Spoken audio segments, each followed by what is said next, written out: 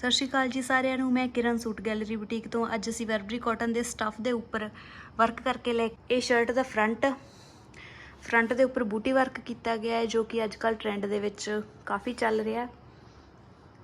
ਤੇ ਇਸ ਦੀ ਸਲੀਵਸ ਨੇ ਜੋ ਸਲੀਵਸ ਹੈ ਵਿੱਚ ਰੈਡੀ ਕੀਤੀਆਂ ਗਈਆਂ ਨੇ।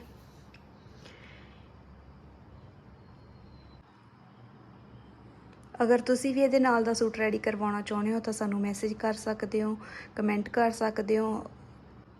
जेकर तुहानू ये सूट पसंद आया हो तो तुसी भी इसनू बुक कर सकते हो। होर भी किसी कलर च रेडी करवाना हो तो वह भी करवा सकते हो। वर्क भी चेंज करवा सकते हो, फैब्रिक आपके अकॉर्डिंग कुछ भी चेंज करवाना हो उसनू चेंज करवा के रेडी करके तुहानू दे सकते हैं।